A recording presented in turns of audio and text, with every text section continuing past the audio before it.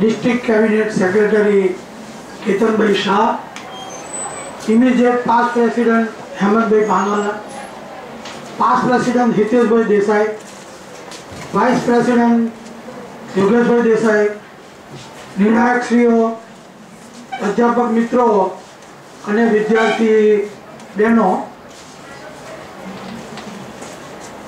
આપણે સૌ જાણીએ છીએ કે પ્રાણીઓ પંખીઓ કદાપી રાંધેલો ખોરાક ખાતા નથી।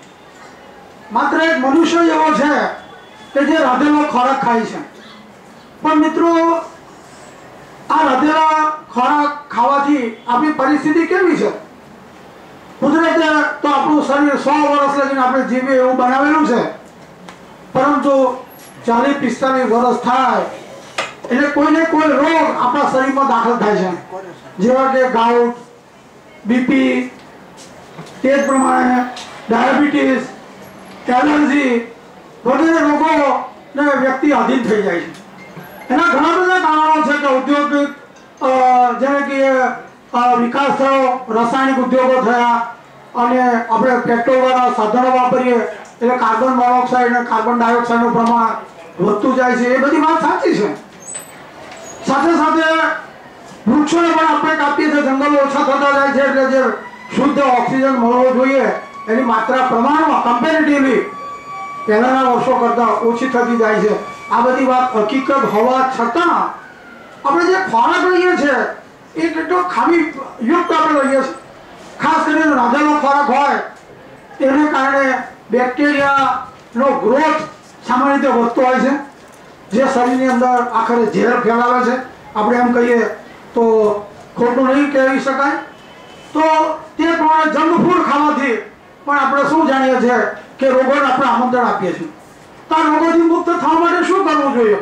અનેક પ્રયોગો પછી એવું સિદ્ધ થયું છે કે યોગ કરવાથી ઘણા બધા રોગો થી આપણે મુક્ત રહી શકીએ। પણ સાથે સાથે ખોરાકનો પ્રકાર જો બદલીએ તો આપણે રોગોથી સાથે સાથે વધુ પ્રમાણમાં મુક્ત થઈ શકીએ।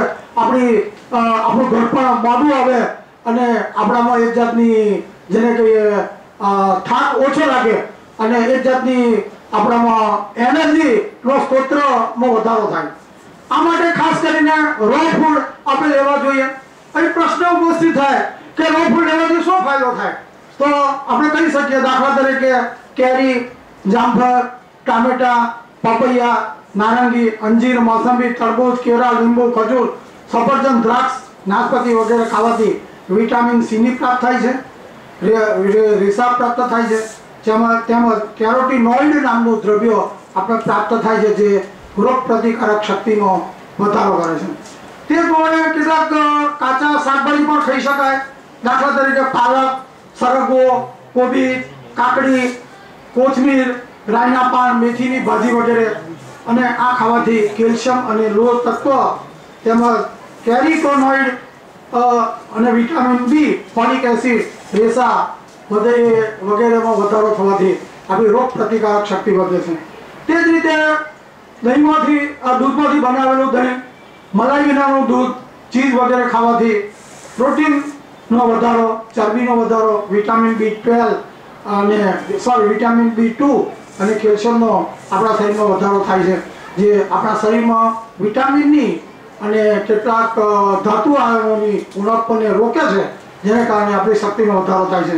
ટૂંકમાં ફરીથી એટલું જ કહીશ કે રાંધેલો ખોરાક આપણે ઓછો કરવો જોઈએ। ઓછામાં ઓછું 50% આપણા ખોરાકની ડીશની અંદર સલાડનું પ્રમાણ એટલે કે રાંધ્યા વગરના ખોરાકનો આપણે સમાવેશ કરવો જોઈએ, જેથી આપણી તંદુરસ્તી આપણે જાળવી શકીએ। મિત્રો, છેલ્લે હું વિદ્યાર્થીઓ માટે એટલું જ કહીશ કે મંજિલ यूं ही नहीं मिलती राही को, मंजिल यूं ही नहीं मिलती राही को, जुनून सा दिल से जगाना पड़ता है, जुनून सा दिल से जगाना पड़ता है। पूछा चिड़ियों को घोंसला कैसे बनाता है, पूछा चिड़ियों को घोंसला कैसे बनाता है, वो बोली तिनका तिनका उठाना पड़ता है, वो बोली तिनका तिनका उठाना पड़ता है।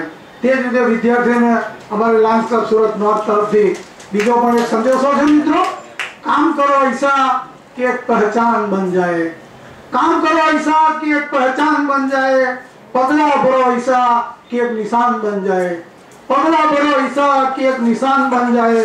यही तो सब लोग जिंदगी जी लेते हैं, लेकिन जिंदगी जियो ऐसी कि एक मिसाल बन जाए, जिंदगी जियो ऐसी कि एक मिसाल बन जाए, एक मिसाल बन जाए, एक मिसाल बन जाए।